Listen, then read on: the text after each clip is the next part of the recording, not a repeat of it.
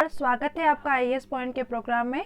आज का जो हमारा टॉपिक रहेगा वह रहेगा प्रमुख भारत के जो जलप्रपात होंगे उसके बारे में हम थोड़ा डिस्कस करेंगे।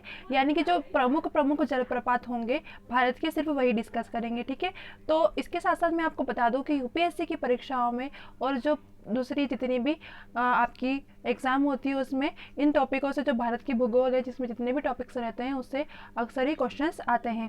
तो आपको वीडियो को लास्ट तक देखना है क्योंकि यह वीडियो आपके लिए बहुत ज़्यादा हेल्पफुल रहेगा। इसके साथ साथ अगर किसी भी प्रश्न का उत्तर आपको पता है तो वो हमें कमेंट सेक्शन में बताइए, क्योंकि पहले हम आपको डिटेल में पढ़ाएंगे, उसी के बाद ही आपका टेस्ट होगा इसी एक ही वीडियो में। तो आपको वीडियो को लास्ट तक देखना है ताकि आपको भी पता चल जाए कि हमने कितना पढ़ा है और कितना हो पाया है, ठीक है। चलिए शुरुआत करते हैं हमारे आज के जो सेक्शन की। आज का जो हमारा सेक्शन होगा मैं आपको पहले बता देती हूँ, जिसका नाम होगा आपका कि भारत के जो प्रमुख जलप्रपात है हम उसके बारे में पढ़ेंगे, ठीक है। प्रमुख कहा है मैंने, भारत के जलप्रपात नहीं कहा है।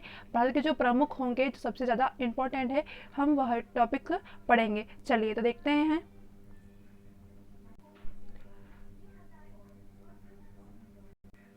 चलिए देखते हैं भारत के जो प्रमुख जलप्रपात है उसके बारे में। भारत के जो प्रमुख जलप्रपात है यानी कि जो मुख्यतः दक्षिण भारत में पाए जाते हैं, ठीक है। अक्सर क्वेश्चन यह भी होता है कि जो भारत के प्रमुख जलप्रपात है वह कहाँ पाए जाते हैं भारत में।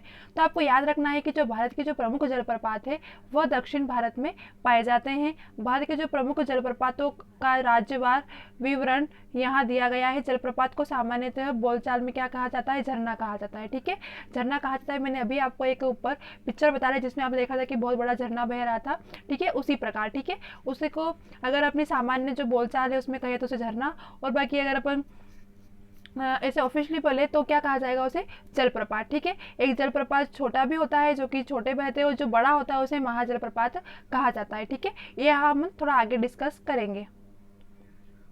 चलिए देखते हैं कि जलप्रपात किसे कहते हैं। अब आपको पता है जलप्रपात तो होते हैं, पर जलप्रपात का अंतर भी तो आपको मतलब पता होना चाहिए ना कि इसका अर्थ क्या होता है। चलिए देखते हैं कि जो जलप्रपात है उस स्थल को कहा जाता है जहाँ पर नदी का जो पानी है पहाड़ की चट्टानों से नीचे भूमि में गिरता है, ठीक है। जो नदियों का पानी अच्छी ऊपर मतलब बहुत ऊंची पहाड़ होती है वहीं से जो नीचे भूमि पर गिरता है उसे क्या कहा जाता है? जलप्रपात। अगर पानी सामान्य मात्रा में कम ऊंचाई से गिरता है तो उसे क्या कहेंगे? जलप्रपात। और जैसा कि अगर नदी का जो पानी है जो अत्यधिक मात्रा में अधिक ऊंचाई से गिरता तो उसे क्या कहते हैं? महाजलप्रपात, जैसा कि मैंने आपको अभी बताया था। तो आपको याद रखना है कि जलप्रपात किसे कहते हैं। जलप्रपात वह है जो कि नदी का पानी पहाड़ों की चट्टानों से नीचे गिरता है भूमि पर, वो जलप्रपात होगा। और जो अत्यधिक ऊंचाई से गिरता है वो क्या होगा? महाजलप्रपात। चलिए अब देख लेंगे हम भारत के जो प्रमुख राज्यवार प्रमुख जलप्रपात है उसके बारे में हम जानेंगे, जिसमें कि हम भारत के जो प्रमुख जलप्रपात है उसके राज्य का विवरण, जितने भी राज्यों में जो आपके प्रमुख प्रमुख है हम उनके बारे में देखेंगे। ठीक, चलिए देखेंगे। पहला क्या होगा हमारा? पहला होगा राजस्थान। देखिए राजस्थान में जो प्रमुख जलप्रपात है वह कौन सा है? तो वह चूलिया जलप्रपात है। अब देखो चूलिया जलप्रपात है वह कौन सी नदी पर? तो आपको याद रखना है कि जो चूलिया जलप्रपात है यह कौन सी नदी पर है? तो यह चंबल नदी पर स्थित है जो कि कोटा राजस्थान में है, ठीक है। एक अक्सर क्वेश्चन ये होता है कि जो चूलिया जलप्रपात है वह कौन सी नदी पर है? तो आपको याद रहना चाहिए कि यह चंबल नदी पर है और यह कहाँ पर? तो कोटा राजस्थान में, ठीक है। अब इस जलप्रपात की ऊंचाई देख लेंगे 18 मीटर।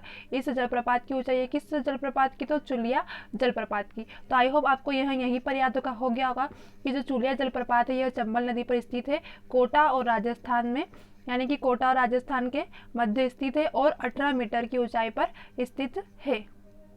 अगला जो जलप्रपात है वह है मेघालय में। अब देखो मेघालय में कौन सा है? तो नोकली आइन जलप्रपात, ठीक है। ये आपके लिए मोस्ट इंपॉर्टेंट है कि अक्सर पूछा जाता है कि जो नोकली आइन जलप्रपात है या तो फिर झरना है यह कहाँ पर है? तो आपको याद रखना है कि यह मेघालय में स्थित है। बारिश के पानी के कारण बनता है, ठीक है। क्या होता है कि ये जो झरना है जो बारिश का पानी है ना उसी के कारण ही बनता है, ऐसे नहीं बनता है। जो बारिश का जो पानी मतलब अत्यधिक बारिश हो जाए तो इस झरने का मतलब इस झरने का जो बहने का है वो मतलब ज़्यादा बहता है, ठीक है। अब आपको याद रखना है कि बारिश के पानी के कारण बनता है। तो इसकी ऊंचाई कितनी है? इसकी ऊंचाई है 340 मीटर की इसकी ऊंचाई है। कि कौन झरने की है? तो जो नोकली आइन जो नोकली का ही झरना है जो जलप्रपात कहा जाता है जिसे। इसकी ऊंचाई कितनी है? तो इसकी ऊंचाई है 340, जैसा कि मैंने आपको अभी बताया है। 340 कितनी है? मीटर, ठीक है, ऊंचाई है। इसके साथ साथ ये कहाँ पर है? तो मेघालय में स्थित है। किस कारण से बनता है? तो बारिश के पानी के कारण बनता है।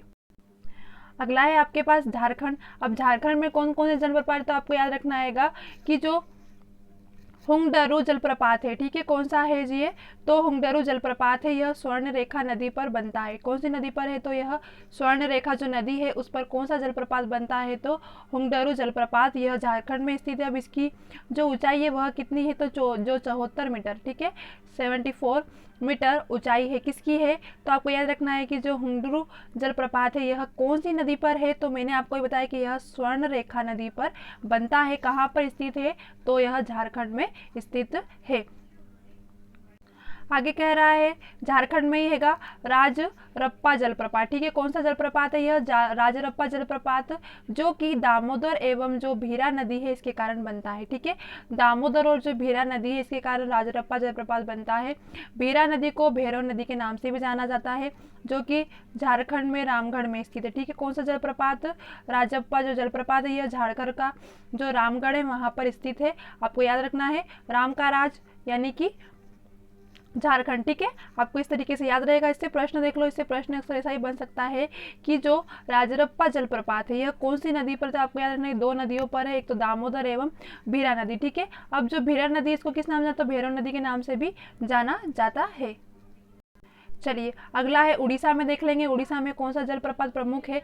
तो जो बरेही पानी जलप्रपात है यह उड़ीसा में प्रमुख है, ठीक है। अब देखो कि जो बुध बलंग नदी है इसके मार्ग से बनता है। कौन सी नदी के कारण बनता है? तो देखो यह जो है बुध बलंग जो नदी है उसके मार्ग से बनता है। कौन सा? तो आपको याद रखना है कि जो बरेही पानी जलप्रपात है यह, इसकी ऊंचाई कितनी है? इसकी ऊंचाई है आपकी 399 मीटर, ठीक है। कितना है? अब देखो उड़ीसा है, वापस से एक बार और रिपीट करिए। जो उड़ीसा में कौन सा जलप्रपात है? तो आपने अभी बताया है कि जो बरेही पानी जलप्रपात है ये उड़ीसा में स्थित है। इसके साथ साथ कौन सी नदी पर है? तो आपको याद रखना है कि ये बुध बलंग नदी पर स्थित है, जिसकी ऊंचाई कितनी है? जिसकी ऊंचाई है 399 मीटर। चलिए इसके साथ साथ एक और जो जलप्रपात है वह है अगला उड़ीसा में देखेंगे हम डुडुमा, जिसे दुदमा भी कहा जाता है और डुडुमा भी कहा जाता है, ठीक है। यह जलप्रपात कौन सी नदी पर? तो आपको याद रखना है कि यह मास्कू कुंड जो मास्कुंड नदी है इसके मार्ग से बनता है, ठीक है। आपको याद रहेगा जो डुडुमा या दुदमा जलप्रपात है यह कौन सी नदी पर है? तो यह हैगा मास्कुंड नदी के मार्ग से बनता है। आगे देखेंगे हम। अगला है आपके पास मध्य प्रदेश, ठीक है। अब मध्य प्रदेश में देखो जो प्रसिद्ध है उनके बारे में जानेंगे। पहले हम जानेंगे कि जो धुआंधार जलप्रपात है। अब धुआंधार जो जलप्रपात है यह कौन सी नदी पर है? तो यह नर्मदा नदी पर। कहाँ पर है? तो जबलपुर में, ठीक है। नर्मदा नदी पर स्थित है जो कि जबलपुर में, ठीक है। धुआंधार जलप्रपात कहाँ पर है? तो धुआंधार जो जलप्रपात है वह आपका नर्मदा नदी में है, सॉरी जबलपुर में है। कौन सी नदी से बनता है? तो आपको याद रखना है कि नर्मदा नदी पर बनता है। इसकी ऊंचाई कितनी? तो इसकी ऊंचाई है आपकी 15 मीटर, ठीक है। कितनी ऊंचाई है? 15 मीटर। धुआंधार जलप्रपात कहाँ पर है? जबलपुर में। कौन सी नदी पर है? नर्मदा नदी में। ऊंचाई कितनी है? 15 मीटर। याद हो गया है? हाँ आगे चलते हैं हम। अगला कह रहा है कि आपका कि कपिलधारा जलप्रपात, यह भी आपका कहाँ पर है? मध्य प्रदेश में, ठीक है। मध्य प्रदेश में है कपिलधारा जलप्रपात जो कि नर्मदा नदी से बनता है। धुआंधार और जो कपिलधारा है दोनों किससे बनते हैं? तो आपको याद रखना है कि ये नर्मदा नदी से बनते हैं। अब कहाँ पर है? तो अमरकंटक में, ठीक है। जो कपिलधारा जलप्रपात है यह अमरकंटक के 7 किलोमीटर दूर स्थित है। अब आपको अमरकंटक ही याद रखना है, जो अमरकंटक ही याद रखना है क्योंकि यह अमरकंटक में स्थित है। कौन सा? कपिलधारा जलप्रपात। इसकी ऊंचाई कितनी? तो इसकी ऊंचाई जो है वो है 33 मीटर, ठीक है। चलिए क्या कह रहा है एक बार फिर से हम रिपीट कर लेते हैं। कह रहा है कि जो कपिलधारा जलप्रपात है नर्मदा नदी पर बनता है जो कि अमरकंटक में स्थित है, जिसकी जो ऊंचाई है वह कितनी है? तो 33 मीटर। इसके साथ साथ क्या कह रहा है कि जो कपिलधारा जलप्रपात है यह कहाँ पर है? तो आपको बताना है कि यह मध्य प्रदेश में स्थित है। मध्य प्रदेश में कहाँ पर है? तो मध्य प्रदेश में कर्नाटक में स्थित है। अगला है आपके पास महाराष्ट्र। महाराष्ट्र में देखेंगे प्रमुख कौन सा है? तो जो वज्राई जलप्रपात है, ठीक है। वज्राई जलप्रपात कहाँ पर है? तो आपको बताना है कि यह महाराष्ट्र में है मैम। इसके साथ साथ यह कौन सी नदी पर है? तो उरमोड़ी नदी पर बनता है। पर जो वज्राई जलप्रपात है यह महाराष्ट्र में स्थित है। महाराष्ट्र में कौन सी नदी पर है? तो आपको याद रखना है कि यह उरमोड़ी जो नदी है यहाँ पर इस नदी पर बना हुआ है, जिसकी ऊंचाई कितनी है? जिसकी ऊंचाई है 260 मीटर, ठीक है। कितनी ऊंचाई है? 260 मीटर। अब आपको ये बताना है हमें फिर से कि जो महाराष्ट्र में जलप्रपात कौन सा, जिसका नाम क्या है? तो वज्राई जलप्रपात। कौन सी नदी पर है? उरमोड़ी जो नदी है इस पर बनता है, जिसकी ऊंचाई कितनी है? 260 मीटर। हो गया होगा यहीं पर याद। अब देखो महाराष्ट्र में एक और जलप्रपात है, वह कौन सा है? तो आपको याद रखना है कि अंबोली घाट, उसका नाम ही क्या है, अम्बोली घाट जलप्रपात, जो कि कहाँ पर है, आपको याद रखना है कि यह जो जलप्रपात है जो प्रमुख है, यह भी कहाँ पर है, महाराष्ट्र में स्थित है। अब देखो जो हिरण्यकेशी नदी है इस पर बनता है, अम्बोली हिरण्यकेशी नदी पर बनता है, जिसकी ऊंचाई कितनी है, 690 मीटर। ठीक है, आपको याद रखना है कि जो अम्बोली घाट जलप्रपात है यह हिरण्यकेशी नदी पर बनता है, जिसकी ऊंचाई 690 है। कहाँ पर है यह, तो मैंने आपको ही बताया कि यह महाराष्ट्र में स्थित है। अगला क्या कह रहा है, अगला कह रहा है तमिलनाडु। तमिलनाडु में कौन सा जलप्रपात है, तो देखो होगेन कक्कल। ठीक है, होगेन जो कक्कल जलप्रपात है यह कहाँ पर है, तो यह तमिलनाडु में स्थित है। अब कह रहा है कि कौन सी नदी पर, तो कावेरी नदी पर बनता है। इसकी जो ऊंचाई कितनी है, तो इसकी ऊंचाई जो है वो सिर्फ 20 मीटर है। ठीक है, परंतु यह प्रसिद्ध है। ठीक है, अब आपको याद रखना है कि तमिलनाडु में जलप्रपात है वह कौन सा है, तो आपको याद है हो गया होगा कि होगेन कक्कल जो जलप्रपात है यह कहाँ पर है, तमिलनाडु में है, जो कि कावेरी नदी पर बनता है। इसकी ऊंचाई कितनी है, तो 20 मीटर इसकी ऊंचाई है। किसकी ऊंचाई है, तो होगेन कक्कल जलप्रपात की। अब देखो केरल में एक और जलप्रपात, इसका नाम क्या है, इसका नाम है पाइकारा जलप्रपात। ठीक है, पाइकारा जलप्रपात तो कौन सी नदी पर है, पाइकारा जो नदी है उस पर बनता है। इजीली है, आपको याद हो जाएगा। अब देखो कहाँ पर है यह, तमिलनाडु में, तो ऊटी या उटक मंडल कहा जाता है। क्या कहा जाता है, ऊटी या उटक मंडल के पास स्थित है। ठीक है, आपको नाम भी ऐसे तमिलनाडु में अधिकतर नाम आपको इसी तरीके से मिलेंगे, पट्टम, ऐसे कुछ तरीके से जो आपके नाम रहेंगे, जैसे ऊटी हो गया, उटक मंडल हो गया, पाइकरा। ठीक है, तो आपको याद रखना है कि जो पाइकरा जलप्रपात है ये पाइकरा नदी पर है, जो कि ऊटी या उट मंडल में स्थित है। आगे कह रहा है आपका केरल। अब केरल में कौन सा जलप्रपात है, तो केरल में पालारुवी जलप्रपात। जो पालारुवी जलप्रपात है यह कहाँ पर है, तो कहाँ पर है, फटाफट कमेंट सेक्शन में बताओ। केरल में है। हाँ, इसकी ऊंचाई कितनी, इसकी ऊंचाई है वह है 90 मीटर। इसकी उसका ऊंचाई है किसकी, पालारुवी जलप्रपात। कहाँ पर स्थित है, तो यह केरल में स्थित है। अगला देखेंगे कर्नाटक में। कर्नाटक में देखो कौन सा है, जोग जलप्रपात। ठीक है, कर्नाटक में जो जोग जलप्रपात है यह गोरसोप्पा जलप्रपात भी कहते हैं इसे। ठीक है, एक तो जोग कहेंगे और एक कौन सा जलप्रपात, इसका एक और नाम क्या हो गया, इसका एक और नाम हो गया गोरसोप्पा जलप्रपात। ठीक है, अक्सर क्वेश्चन ऐसा भी होता है कि जो जोग जलप्रपात है इसका एक और नाम क्या है, तो आपको याद रखना है कि जो गोरसोप्पा जलप्रपात है यही है आपका जोग जलप्रपात। अब देखो कौन सी नदी पर है, तो हमको पता है कि यह है शरावती नदी पर बनाया गया है। इसकी ऊंचाई कितनी है, तो 253 मीटर इसकी ऊंचाई है। किसकी ऊंचाई है, जोग जलप्रपात, जिसे कि गोरसोप्पा जलप्रपात कहते हैं, जो कि शरावती नदी पर स्थित है। देखिए अब कर्नाटक में और है, इसका नाम क्या है, शिव समुद्रम जलप्रपात। ठीक है, क्या नाम है इसका, शिव जो समुद्रम जलप्रपात है यह कावेरी नदी पर स्थित है, भारत का द्वितीय सबसे ऊंचा जलप्रपात।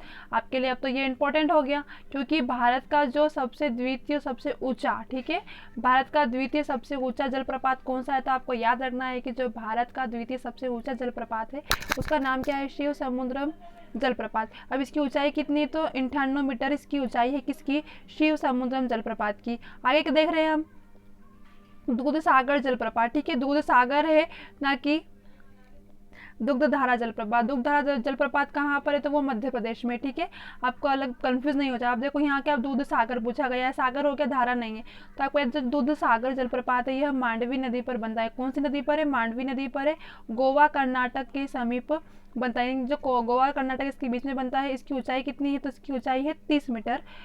ठीक है, चलिए आगे देखते हैं हम इसी में।